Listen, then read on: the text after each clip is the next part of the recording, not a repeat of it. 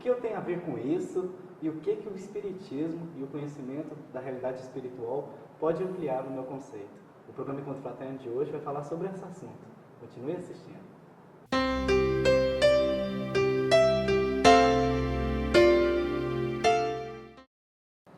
Estamos com o Haroldo Dutra Dias, ele que é pesquisador, juiz de direito, né?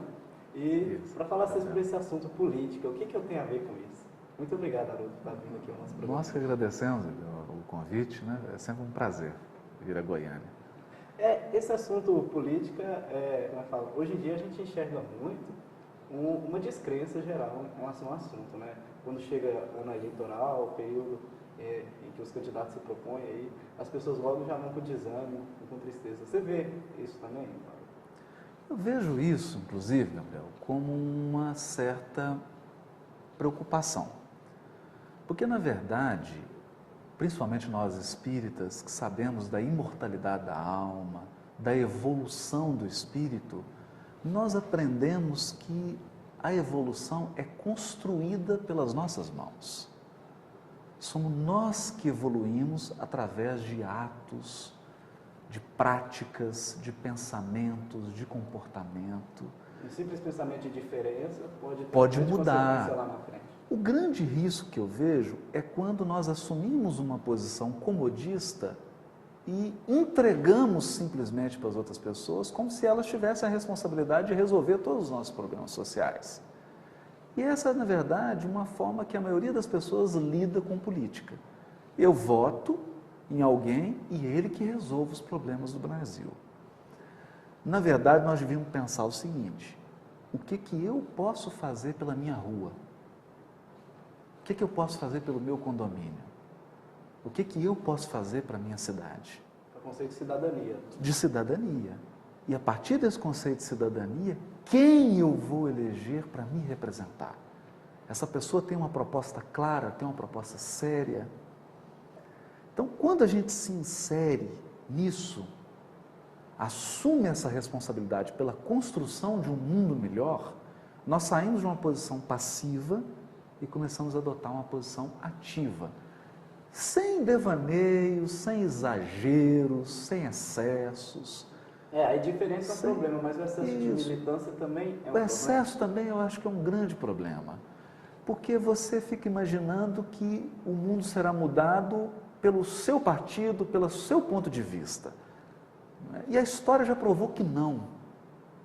Nenhuma mudança vem de um grupo exclusivo. Pelo menos toda mudança sustentável, toda mudança efetiva, ela é coletiva, ela é plural. Ela tem que partir de um consenso, de um arranjo, de várias perspectivas, de várias visões. Então, acho que esse excesso também de militância é prejudicial porque nos deixa cego para as virtudes do outro. Para as outras realidades. Para as outras realidades. Nós temos que dialogar, ter nossos pontos de vista, nossas crenças, nossas propostas, mas sempre com o ouvido atento. As qualidades da empatia. Da empatia. E pensando também no bem coletivo. Um problema que nós temos no Brasil hoje é esse. Os interesses de grupos se sobrepõem ao interesse da nação brasileira. Os nossos governantes são responsáveis por grandes atividades, né? Seja instituindo leis, seja colocando ordens. Esse também é um... Você acha que as pessoas que são indiferentes à realidade política, que é uma realidade que a gente tem enxergado muito hoje, elas têm desconhecimento dessa importância dos cargos públicos nesse sentido?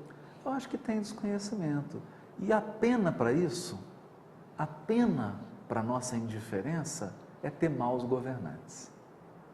Então, esses escândalos que nós assistimos hoje, governadores sendo presos, presidentes de Assembleia Legislativa, do Legislativo, no próprio Judiciário, esses escândalos terríveis são uma resposta para a nossa indiferença enquanto indivíduos. Porque se tivéssemos escolhido, se tivéssemos pressionado para reformas políticas, se tivéssemos exigido seriedade, não só na escolha, mas na condução dos cargos, isso não estaria acontecendo. E se tivesse envolvimento, você teria mais conhecimento de quem são as pessoas realmente envolvidas. Essas pessoas envolvidas. É na hora da democracia lá, poder exercer o seu Exercer e para cobrar. lei, né? E para cobrar. Porque um povo exigente, um povo que cobra, um povo que usa os elementos para exigir, ele acaba forçando mudança. Ele acaba forçando chegar ao poder ou assumir cargo público somente pessoas comprometidas e pessoas sérias. Só que a maioria das pessoas tem as suas ocupações com exigência da família, com exigência no próprio trabalho, com a sua vida particular. E cuidar para a vida pública teria que ter um cuidado a mais ainda. Você acha que nessa questão, por exemplo, é uma dificuldade fazer isso? Como organizar desse jeito? Eu acredito assim, Gabriel, ninguém precisa se engajar, se filiar a partido político para ser um cidadão ativo. Não é isso. Nós temos os espaços de exercício da cidadania. Por exemplo, na hora de votar. Em outubro agora, nós vamos ter um grande momento de cidadania. Será que nós não temos no ano um dia para dedicar para esse momento tão importante? Pesquisando informação sobre o candidato, procurando se informar, quem ele foi, se ele já teve algum problema com a justiça, se ele já teve alguma falha na gestão. Sabe, nós não podemos dedicar um dia no ano para isso. É um espaço importante de cidadania. Mas há outros espaços também, quando se discutem projetos de leis que dizem respeito a nós. Hoje em dia tem internet, né? Isso, porque as pessoas falam assim, eu não tenho tempo para me envolver. Mas às vezes está em votação no seu município um projeto de lei que vai alterar o transporte público da sua cidade. Isso vai afetar a sua vida. Né? Então você não precisa se engajar, não precisa sair com nenhuma bandeira na rua, mas é preciso se informar, mandar um e-mail, exigir. Se toda a sociedade fizesse isso provocaria uma resposta no sentido de seriedade. Então eu acho que nós temos esse tempo, sim. E você também é pesquisador histórico. A gente hoje vive num período que é conhecido como democracia. Né? Em relação ao desenvolvimento da história, da política e o privilégio de viver nessa democracia. Eu queria falar contigo isso no próximo bloco. O programa Contra Paterno vai para o intervalo, voltamos já.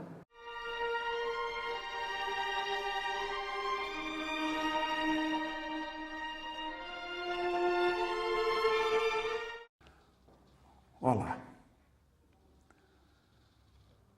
Em segmento, temos aqui, ainda na continuidade, um estudo do Evangelho de João, no capítulo 19, versículo 11, que traz uma informação importantíssima de Jesus para todos nós. Jesus fala a um político, Pilatos, exercia um cargo político a mando do imperador, concessão do imperador. 3, 4 anos depois da morte de Cristo, ele foi retirado do poder. E Jesus alerta a ele: nenhum poder terias se de cima não te fosse dado. Olha que mensagem extraordinária para todos aqueles que detêm o comando, que têm o poder na mão.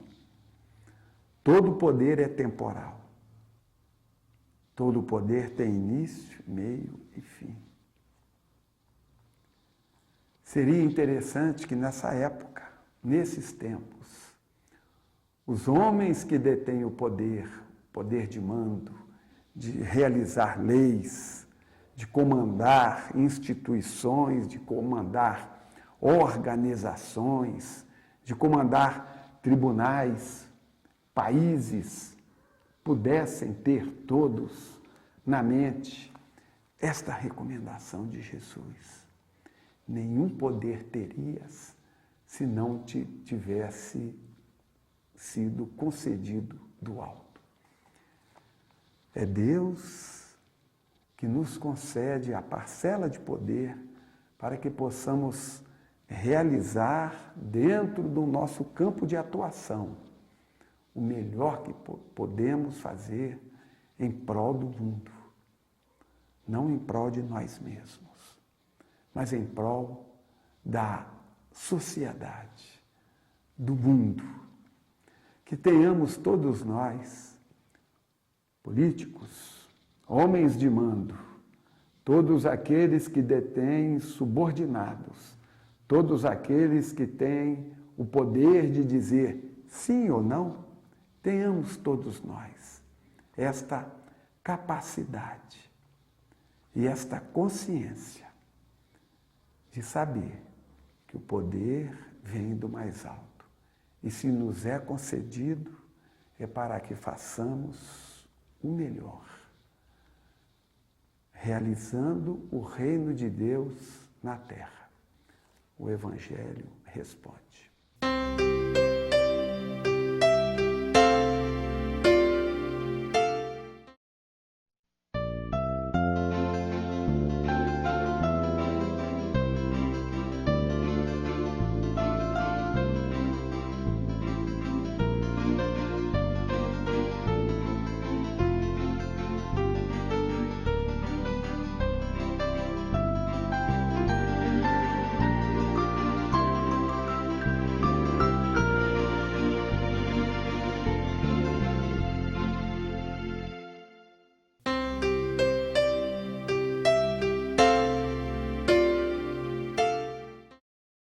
Vivemos um período democrático que foi construído ao longo da história e que pode aprofundar ainda mais. Estamos falando aqui sobre política e democracia com Haroldo Dutra Dias. Haroldo, ao longo da história já tivemos períodos de absolutismo, de uma pessoa manda, né? E agora estamos vivendo um período democrático. Como você avalia essa oportunidade de estarmos vivendo uma época dessa? Revendo a história, eu penso que nós temos muito mais experiência no absolutismo, na imposição, no massacre, do que na democracia. É uma experiência recente para nós. Então, é uma experiência historicamente muito recente. Nós pensamos aí Revolução Francesa, Revolução Americana. Não é nada do ponto de vista histórico, se for comparado à história. O que são 200, 300 anos para uma história milenar? Então, o que eu estou querendo dizer é que nós estamos numa infância democrática. Um treinamento ainda. A democracia não se implantou ainda de forma verdadeira. Nós vemos isso na relação entre os países, onde não existe democracia. Ainda existe imperialismo, ainda existe imposição. Então, há muito o que fazer. Há muito o que fazer. Mas exatamente porque há muito o que fazer, nós devemos guardar a esperança. Porque também não acreditamos hoje num mundo globalizado, num mundo que a internet coloca todas as pessoas se comunicando, em processos de ditadura, de autocracia. Nós não podemos conceber isso hoje mais para o mundo. Então, a democracia aperfeiçoada, evoluída, desenvolvida, será uma resposta para os tempos que nós vivemos, com certeza. É a resposta mais adequada. Ela precisa ser aprimorada? Precisa. Precisa ser aprofundada? Precisa. Ela precisa ser treinada? Nós precisamos treinar a democracia? Precisamos. Porque, embora vivamos numa democracia, nós, como cidadãos, ainda nos comportamos como súditos. Entrega para os governantes e deixa eles resolverem os meus problemas. Isso não é uma democracia.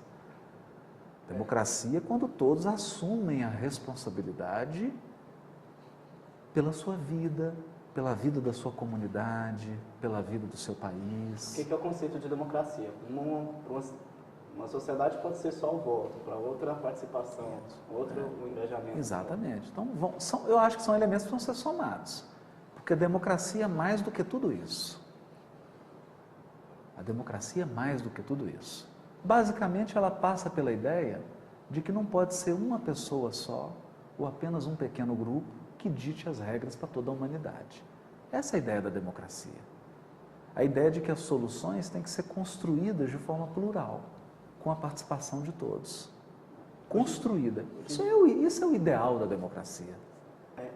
Hoje em dia, ninguém esconde o fato de que o Estado tem que defender aí os mais fracos, aqueles que têm mais. Esse também é uma importância importante da política, né? Isso foi um desenvolvimento, inclusive, posterior à Revolução Francesa e à Revolução Americana, que é a ideia do Estado Social. um Estado que se importe com as questões sociais, que faça interferências de modo a manter um equilíbrio. Mas aí pode acontecer muito de alguns governantes ou responsáveis pelo Estado se colocarem mérito pessoal essa função que é uma função de Estado. Isso. Eu acho que hoje, Gabriel, nós estamos caminhando para uma outra proposta, que não é mais a do Estado social. Qual seria? A gente sente que nós estamos caminhando para uma proposta de um Estado participativo. Ou seja, o que o Estado pode fazer e deve fazer para a sociedade e para as minorias, para aqueles que precisam de proteção, mas o que os cidadãos podem fazer para o Estado e também para essas minorias. É uma parceria público-privada, que está muito em moda, mas que eu acho que é mais do que isso. Distribuições de responsabilidades. Distribuição de responsabilidades, porque senão nós assumimos uma postura, às vezes, paternalista, de que um governante tem que resolver os problemas sociais e eu fico em casa assistindo televisão. E as leis, hoje em dia, já prevêem muito isso. A segurança pública, por exemplo, está na Constituição, que é responsabilidade também do cidadão, né? E os meios que... Então, assim, o cidadão fazendo a denúncia não é só uma questão de escolha do cidadão, é uma responsabilidade. Responsabilidade. Mas isso ainda não existe na lei, mas não foi implementado. Você vai, por exemplo, nos Estados Unidos, os condomínios e os bairros, as associações de moradores, o que eles fazem? Eles fazem uma escala de vigilância. Todo dia, um morador, segundo uma escala, fica fazendo a vigilância do seu bairro ou do seu condomínio. Acontecendo alguma coisa, ele aciona o xerife. Nós não temos essa tradição no Brasil. E se não tiver essa tradição, o que vai acontecer? Você pode criar milhares e milhares e milhares de cargos de policial que nunca vai dar. Se a sociedade não se envolver, se nós não criarmos uma tradição de parceria, o que o Estado pode fazer, mas principalmente o que nós podemos fazer, se não criarmos isso, não tem solução. E hoje em dia se desenvolveu muito a questão de organizações, você falando, organizações não governamentais, movimentos sociais. Qual que você vê a importância dos movimentos sociais hoje no nosso país?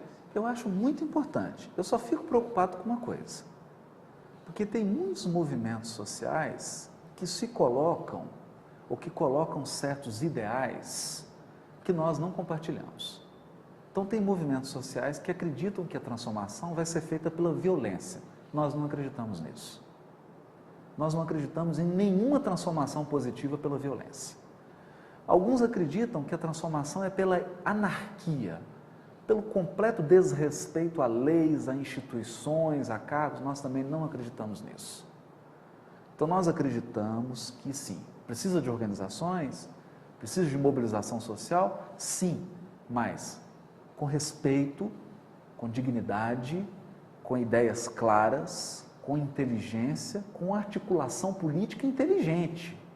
Como foi o movimento das diretas no Brasil, como foi o impeachment de um presidente, movimentos pacíficos, como foi Gandhi libertando a Índia, movimentos conscientes que trouxeram transformações sociais, mas sem bandalheira, porque eu não posso entender envolver-se em organizações sociais com tornar-se criminoso. Começar a praticar crime e justificar isso com ideais de transformação social. Nós não acreditamos nisso. Nisso nós não acreditamos. Acreditamos que essas transformações... Mas por que esse respeito às instituições se torna tão importante? Porque, Gabriel, existem tantas leis fantásticas no Brasil. O nosso Código de Adolescente, da adolescência, né? O Estatuto da Criança e do Adolescente, é uma das leis mais evoluídas do planeta. Então, por que não funciona?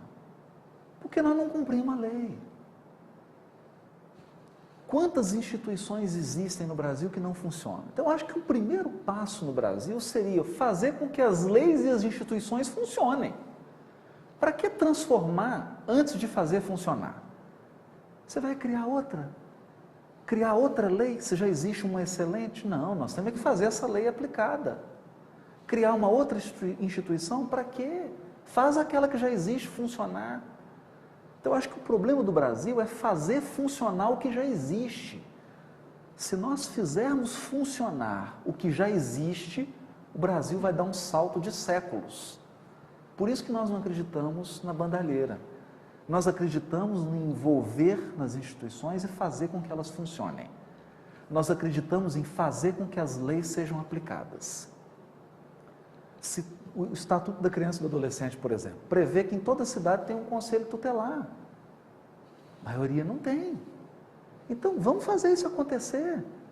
Vamos nos envolver para que as coisas funcionem. É somar para construir. Depois que nós fizermos tudo funcionar, aí nós vamos ver o que precisa mudar. Porque mudar, nós não conseguimos nem aplicar o que já existe. Então, isso é meio ilusório. Porque senão a gente fica nessa eterna, vamos mudar tudo, vamos mudar tudo. Mudar o quê?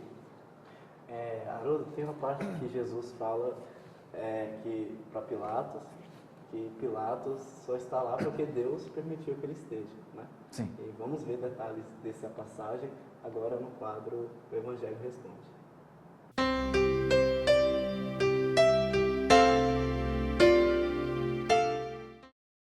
A obra do Berço Maria de Nazaré está precisando de voluntários com disposição e boa vontade para trabalhar na produção e reparo de roupas e enxovais. Estamos precisando de voluntárias para bordar, fazer crochê, costurar. Quem não souber, nós ensinamos, é só nos procurar. Além disso, a obra do Berço recebe e organiza doações. E esse dinheiro é revertido em compras de material para o enxovalzinho, que é destinado às gestantes carentes.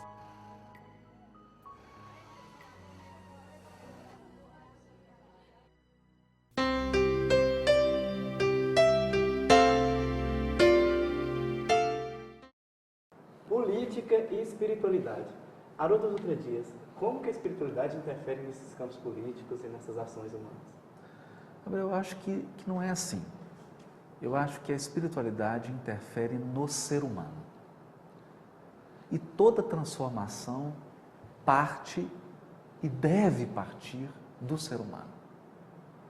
Então, nós aprendemos com a doutrina espírita que não existe transformação que começa na sociedade e vem para o indivíduo. Não.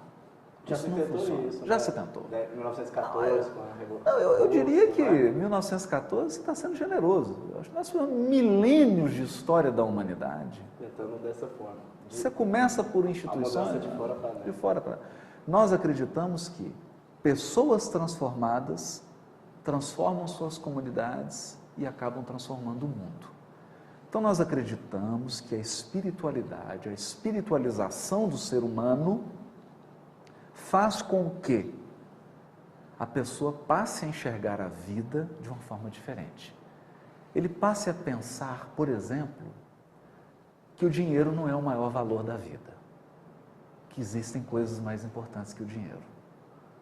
Pensar nisso, eu sei. Que nós precisamos cuidar das pessoas, que os seres humanos são importantes, que nós somos seres imortais, que nós precisamos cuidar da terra, que nós precisamos de desenvolvimento econômico e desenvolvimento sustentável, mas cuidando das pessoas, cuidando do planeta. A partir do momento que o indivíduo se transforma, ele gera em cascata uma transformação social. Então, nisso nós entendemos que a doutrina espírita e o espiritualismo, de uma forma geral, pode contribuir para a transformação social. Não porque ele vai criar movimentos sociais, mas porque ele vai transformar pessoas.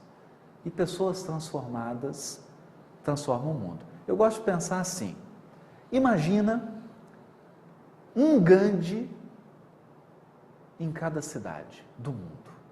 Imagina um Francisco Cândido Xavier em cada cidade do mundo. O mundo seria outro. Em relação à importância dessa espiritualização, porque ele mudaria a perspectiva da vida dele totalmente, né? No sentido de que ele hoje, entendendo só como uma vida, só como uma existência, ele não veria tantas razões para estar ajudando o próximo, para estar ajudando o mundo a melhorar para daqui 100, 200 anos. Entendendo a reencarnação de que ele poderia estar em situações diferentes, Exatamente. de certa forma deveria ter um mínimo, pelo menos um mínimo de consciência. Com certeza. Nós podemos pegar um exemplo concreto para pessoas que são objetivos e gostam de exemplos concretos. Você pode ter um investidor de bolsa, materialista, sem princípios morais, sem princípios éticos, sem nenhuma espiritualidade e que às vezes provoca caos em países por causa de especulações financeiras feitas por ele. E nós podemos pensar, por exemplo, no indivíduo hoje como Bill Gates, que saiu da Microsoft, pegou toda a sua fortuna pessoal e está num grande envolvimento em atividades educacionais, em atividades de ajuda a pessoas, ajudas a instituições, colocando toda a sua fortuna pessoal a serviço do semelhante. Uma pessoa que se engajou num trabalho em prol do semelhante, porque entendeu que ele já cumpriu a parte empresarial dele, que ele já realizou os sonhos dele. Agora, você imagina se todos os empresários do mundo pensassem hoje como pensa o Bill Gates e se engajassem. Não estou falando para ele largar a empresa, não é isso não, né? Deixar os bens, não é isso, mas criar empresas sociais, empresas que se preocupam com o meio ambiente, com as pessoas, com seus funcionários, que invistam em projetos sociais, que ajudem a melhorar a cidade nas quais elas estão inseridas. Imagina. E isso é uma proposta que o movimento espírita já faz há muito tempo. Há muito tempo. Já temos, Há muito tempo. o movimento já tem Porque muito nós tempo. aprendemos com a doutrina espírita que só tem um jeito de ir para o céu. É você criando o céu onde você está. Porque o céu é um estado de alma que você transfere para onde você vive. Quando interiormente você atinge o céu, você começa a criar o céu em torno de você. Esse é o grande ensinamento da doutrina. Quem busca a felicidade pelo egoísmo Acaba criando a infelicidade própria. Porque não existe felicidade egoísta. A felicidade está no compartilhar. Retomando aquele assunto que nós estávamos, o egoísmo é a grande chave que elucida a questão dessa indiferença que tem dado à política nos últimos tempos. Né? Na verdade, Gabriel, eu acho que o egoísmo é o que nos faz animais ferozes. Quando você vê um crime bárbaro, quando você vê um político desviando verbas da saúde, da Bolsa De Família, creches, né? de creche, quando você vê essas barbaridades, nós chegamos a uma conclusão. O que nos torna animais é o egoísmo. O que nos torna bichos raivosos, porque nem os animais se comportam assim. O que nos transforma em animais loucos é o egoísmo. E a política vem exatamente no sentido contrário, de ter uma vida A política comunitária. a política na sua base seria o quê? Na sua origem, a política seria o bem comum, a busca do bem comum. Então, quando a política é invadida pelo egoísmo, ela trai as suas bases, ela trai a sua função primordial, que é o bem comum. Seria, e nas soluções de conflitos, as situações que se não tivesse leis, não se resolveriam. E essas leis são formuladas na política, não leis na política. Sim. Mas agradecemos muito a sua presença aqui no programa de hoje. O assunto é interessante, política. O brasileiro tem até mania de não discutir política. O que você fala sobre isso? Às vezes fala assim, política é coisa que não se discute. Eu acho que tudo se pode dialogar. Até futebol. Não discutir, dialogar. E hoje, o grande desafio do terceiro milênio para a nossa evolução espiritual é aprender a dialogar, sobretudo com as diferenças. Porque um espírito evoluído é um espírito que sabe dialogar com as diferenças. Ele sabe se colocar, ele sabe respeitar o outro e ele sabe construir um espaço de consenso, sem violência. Esse é o nosso aprendizado. Bem, o programa Encontro Fraterno acaba aqui. E se você quiser mais informações sobre o Espiritismo, sobre o movimento espírita, você encontra no site da Federação Espírita do Estado de Goiás. O programa Encontro Fraterno é o Espiritismo na sua TV.